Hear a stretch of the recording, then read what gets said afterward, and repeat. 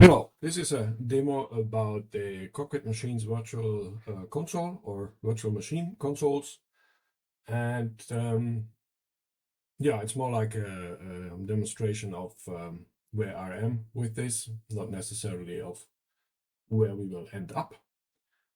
But anyway, I want to show the status quo. So this is now a virtual machine that is not running, and it doesn't have a graphical console, and it also doesn't have a text console. And that's maybe the first change. You have these toggle buttons here for selecting which console to look at. There might be more if there's more text consoles.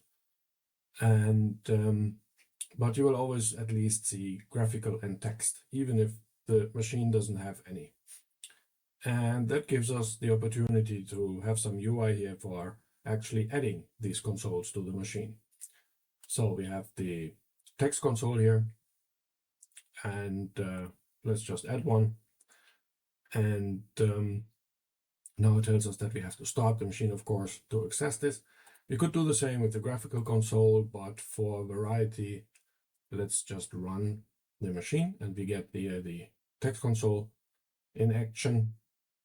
And if we go to graphical, it still tells us no, there's no graphical console, but you can add it. So let's do it. And the difference now, or the interesting thing is that machine is running right now. So we click on this button and immediately we get a little more UI down here. Here's a big menu even, but everything is disabled because we have to restart this machine to actually get this console going. This is also reflected here in this changes pending pop-up label thing. And yeah, let's do it. Let's shut it down.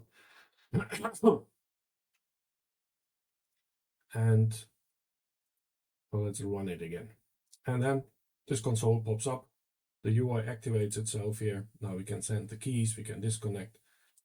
And there's now also directly here the launch viewer button that used to be in a separate tab in the desktop viewer tab here.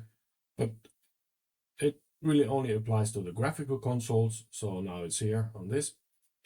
And if I click it, I get a little file here in Firefox that I can now select, and some remote viewer would start. This file has all the parameters necessary to start it. If that doesn't work or you want to know more, you can go here to this how to connect information thing. You can open it. It's a whole lot of text. This is the text from the old desktop viewer tab. And it tells you what will happen when you click this launch viewer button and what you need on your machine to make it work. You have to install some packages here. It's explained even for Windows. Or if you have something else, some other viewer like GNOME Connections or something really different, then it also gives you some URL here that might or might not work, but you see what information you need. You can copy paste from here also the port and the address for it. Go away. Okay, and then below this is a big box with the configuration for the remote viewer, or for the VNC server. And it's all empty now, it's all on default, but we can click this to edit it. And now we can, for example, give it a fixed port and maybe a password. You can reveal the password here and you can save the configuration. And now this all jumps around a bit because here now you get the error message, the validation error that you have to use specific values for the port, and then you can save it. And this popover could maybe make it a bit more urgent, but you have seen here the changes pending thing is popping up again. Just like adding a VNC console, if you change these configurations, you need to restart before they take effect. It's explained here. We could put some color to this. And you see that this actually has not changed. It's still on the same port and it wouldn't have any password now. So yeah, let's shut down.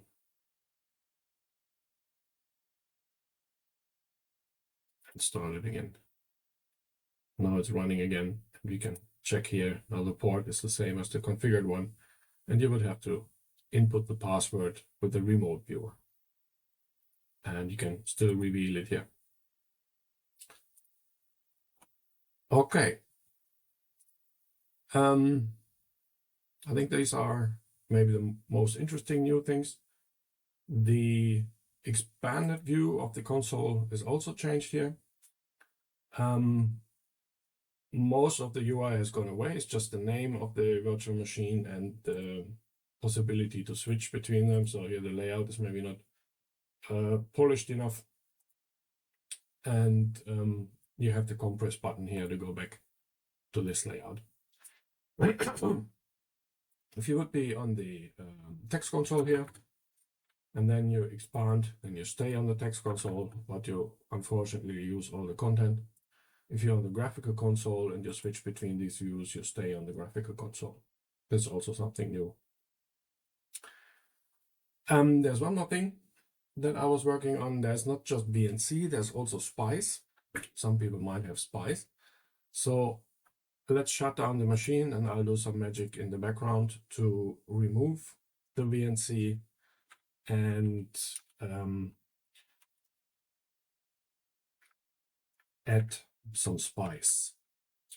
So you've seen the content of the graphical tab has changed. Spice is also a graphical console, and we just put them both together into this graphical thing. So there's not a VNC and a Spice tab.